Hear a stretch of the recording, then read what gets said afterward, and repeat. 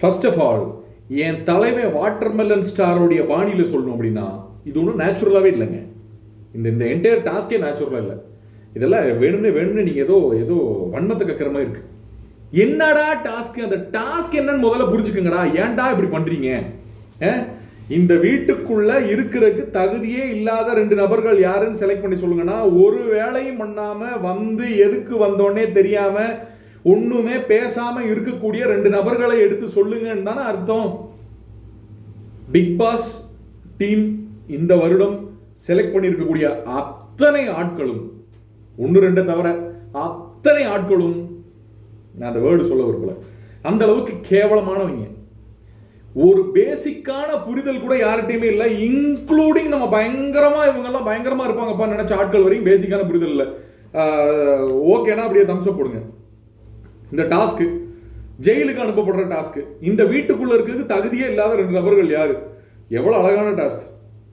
அவங்க மனசுக்குள்ள இருக்க வன்மத்தை கூட்டுற இடமாடாது, ஒருத்தனுக்கும் இருக்கக்கூடிய பிரச்சனையை கூட்டுற இடமாடாது. உங்க 2 பேத்துக்குள்ளே ஒரு பிரச்சனை ஆல்ரெடி நடந்திருக்குனாலே அங்க ஒரு கண்டென்ட் வந்திருக்கு, ஏதோ ஒன்று பேசியிருக்காங்க, ஏதோ ஒன்று நடந்திருக்குன்னு அர்த்தம். இந்த கண்டென்ட்டுக்குள்ளேயே வராத ஏகப்பட்ட பேர் உள்ள இருக்காங்களே, அவங்கள பத்தி எல்லாம் பேசுங்கடா. யார் பேரை சொன்னாங்கன்னு பார்த்தாலே உங்களுக்கு தெரிஞ்சிடும். சபரி, அரோரா, ரம்யா கரெக்டா ஆரம்பமாச்சு. அதாவது இந்த வீட்டுக்குள்ள அரோராவும் ரம்யாவும் என்ன கண்டென்ட் இவங்க உட்காந்து வந்து, அதை தவிர இன்னொருத்தவங்க வந்து படுத்துக்கிட்டே அந்த பெட்ல படுத்துக்கிட்டே வந்து நம்ம வரக்கூடாதா, நம்ம இப்ப வெளியே வரக்கூடாதுல்ல, நம்ம பண்ணக்கூடாதுல்ல, அதை தவிர என்ன கண்டென்ட் உள்ள கொடுத்துருக்காங்க, என்ன பேசியிருக்காங்க, எதுல வந்திருக்காங்கன்னு தெரியாது. கரெக்டா ஸ்டார்ட் ஆச்சு. அதுதான் பாயிண்ட். ஆனா சொல்ற விதம்னு ஒண்ணு இருக்குல்ல, சொல்ற விதம் அதை பிக் பாஸ் வேற ஏதோ எதிர்பார்க்கிறாரு. உள்ள ஒரு சண்டை வரணும்னு எதிர்பார்க்கிறாரு. பட் ஆனா வந்து அதை சொல்ற விதம்னு ஒண்ணு இருக்குல்ல. இப்போ பிக் பாஸ் வந்து சண்டை வரணும்னு எதிர்பார்க்கிறாரு அப்படின்னு வச்சுக்கோங்களேன்.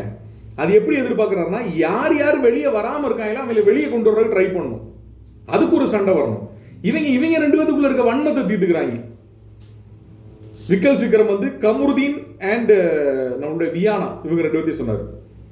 கமருதீன் அந்த தண்ணி விஷயத்துல போய் தூங்குனதா இருக்கட்டும், இந்த விஷயங்களா இருக்கட்டும், அதே திருப்பி சொல்லப்பட்டது.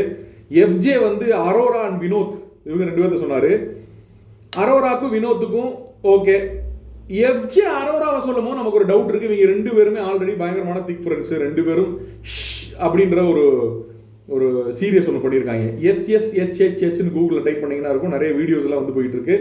அது செக்ஸ் எஜுகேஷன் பற்றின ஒரு கண்டென்ட். ரொம்ப ரொம்ப நெருக்கமான சீன்ஸ் எல்லாம் பண்ணியிருக்காங்க. இவங்க 2 பேரும் ஆல்ரெடி தெரிஞ்சவங்க. இவங்க 2 பேரும் ஒருத்தர் நாமினேட் பண்ணிக்கிறாங்கன்னா நம்புற மாதிரி இல்லை. ஓகே, இந்த தெரிஞ்சவங்க அப்படின்றது நான் 2வது வரேன். அரோரா, வினோத் இவங்க 2 பேர்த்தையும் சொன்னாரு.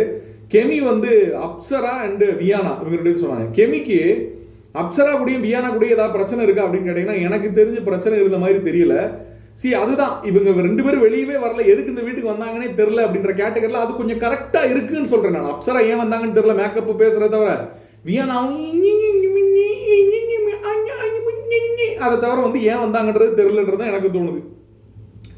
அடுத்து பாரு ஃபர்ஸ்ட் தடவை வந்துட்டு காந்தி அண்ட் வினோத் இவங்க 2 பேர்த்தையும் சொல்லிட்டு போயிட்டாங்க. ஓகே, நேத்தே அவங்க இந்த மேட்டர்லயே கதை சொல்லிட்டு இருந்த மேட்டர்லயே வந்து இவங்க வந்து காந்தி வந்து இவங்களை பேசுனது இவருக்கு சுத்தமா பிடிக்கல, பாருக்கு சுத்தமா பிடிக்கல. அந்த வன்மம் மனசுக்குள்ள இருக்கும். பாரு வந்து சாதாரணமா அதை வந்து வெளியே விட மாட்டாங்க. அந்த வன்மத்தை 100% வச்சு செய்ய போறாங்க. கெமி எல்லாம் வச்சு செய்வாங்க. இன்னைக்கு காலையில இருந்து என்ன பண்ணிட்டு இருக்காங்கன்னு பார்த்தா தெரியும். உட்காந்து அங்க போய் அவங்க காதல விழுகிற மாதிரி பேசுறது. எனக்கு என்ன, இந்த ஊர்ல மதுரையில ஊர்ல கிளவிகள் வந்து புரளி பேசும்ல, அதை அப்பட்டமா வந்து பாருட்ட நம்மளால பார்க்க முடியுது. 100% எங்க அப்பத்தாவை பார்த்த மாதிரியே இருக்கு. புரியுதா? அதே மாதிரிதான் பேசுது. புரளி பேசுறதுல எங்க அப்பத்தாவே மிஞ்சிரும் போல் இருக்கு. பாரு உட்காந்து இவெல்லாம் என்ன தெரியுமாடியே, அவளை இவன் என்ன தெரியுமாடியே, அதே பாயிண்ட் ஆஃப் வியூ பாருட்டு இருக்கு. சொல்லிட்டு வந்துட்டாங்க. அடுத்து ஆதிரை வந்தாங்க. ஆதிரை வந்து அப்சரா அண்ட் வியானா இவங்க 2 பேர்த்தையும் சொல்லிட்டு போறாங்க. அப்சரா, வியானா நல்லா பார்த்துக்கோங்க. அவங்களும் இந்த கேமை கரெக்டாக விளையாடுறாங்க நான் சொல்லிட்டு இருக்கேன்.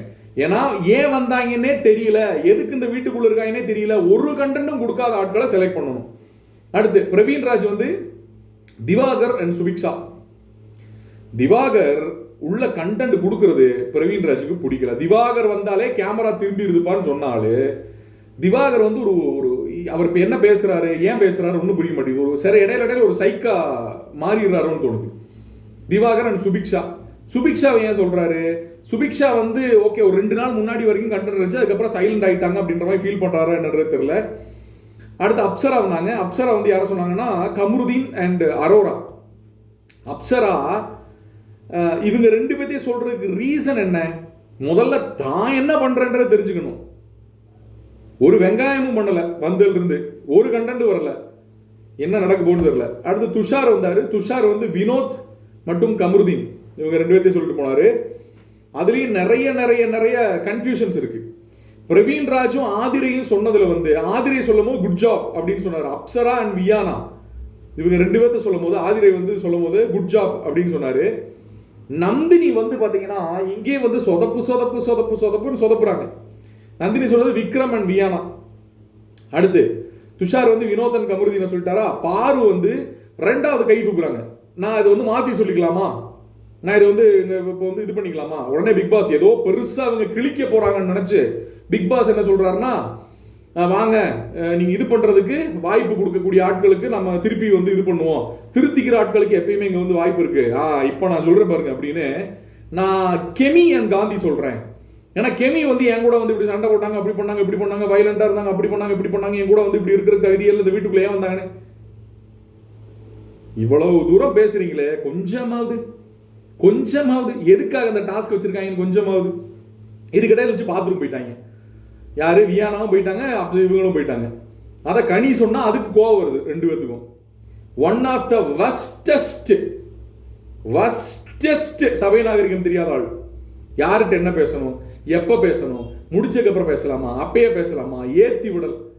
எனக்கு என்னமோ இது சரியா படல. இது அவங்களுக்கு வந்து ரொம்ப நெகட்டிவாக போகுது இந்த சீசன். அடுத்து கமருதீன் வந்தாரு. கமருதீன் வந்து வினோத் அண்ட் வியானா. வினோத் வந்தாரு. வினோத் வந்து துஷார் அண்ட் ஆதிரை. ரம்யா வந்தாங்க. ரம்யா வந்து வினோத் அண்ட் சபரி. பாருங்க அவங்களுக்கு யார் யாருக்கு பிரச்சனை இருக்கோ, கலையரசன் வந்து ஒரு இதெல்லாம் காட்டி பிக் எல்லாம் காட்டி சுபிக்ஷா அண்ட் அரோரா அவங்க 2 பேரும் பெரிய லெவல்ல கண்டென்ட் கொடுக்கல அப்படின்ற ஒரு பெர்ஸ்பெக்டிவ்ல சொல்லிட்டு போறாங்க. திவாகர் வந்தாரு, 1/2 மணி நேரம் பேசுறாரு.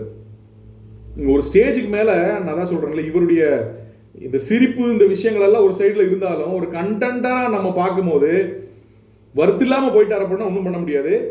பிரவீன் அண்ட் காந்தி முழுக்க மனசில் இருக்கக்கூடிய வன்மத்தால மட்டும் பேசின விஷயம். அது அவருக்கு அந்த மேட்ச் இது என்னன்னே புரியல. அந்த அளவுக்கு புரிஞ்சுக்கிற டெண்டன்சி இருக்கா இல்லை நடிக்கிறாரான்னு தெரியல. அடுத்து கனி வந்தாங்க. கனி வந்து சுபிக்ஷா அண்ட் வியானா. புரியுதா? கரெக்டாக கேம் ஆடுறாங்க. அடுத்து வியானா வந்தாங்க. Parvathi and Vikkals. Praveen Gandhi Parvathi and Diwakar. Aurora Parvathi and Diwakar. Subiksha Parvathi and Vinoth. இந்த 4 பேரும் பார்வதியை சொல்ற ஒரே காரணம் அவங்க சொன்ன வேலையை செய்யலன்றனாலயான்னு தெரியல. இருந்தாலும் மனசுக்குள்ள இருக்க வன்மம்.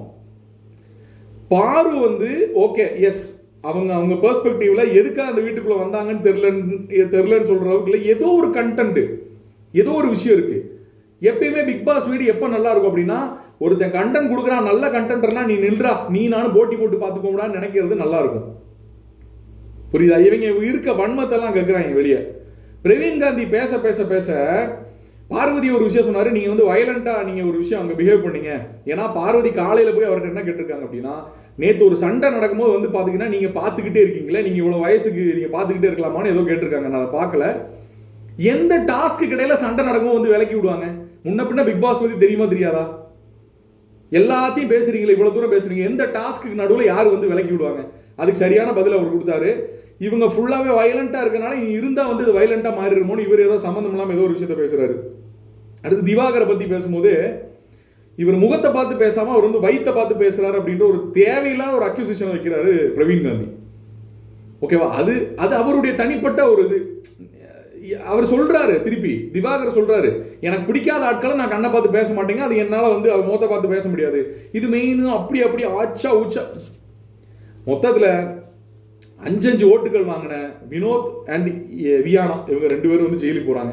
இவங்களுக்கு கேம் ஆட தெரியல, சுத்தமா தெரியல. பிக் பாஸ் என்ன பண்ண போறாருன்னு தெரியல. பொறுத்திருந்து பார்ப்போம்.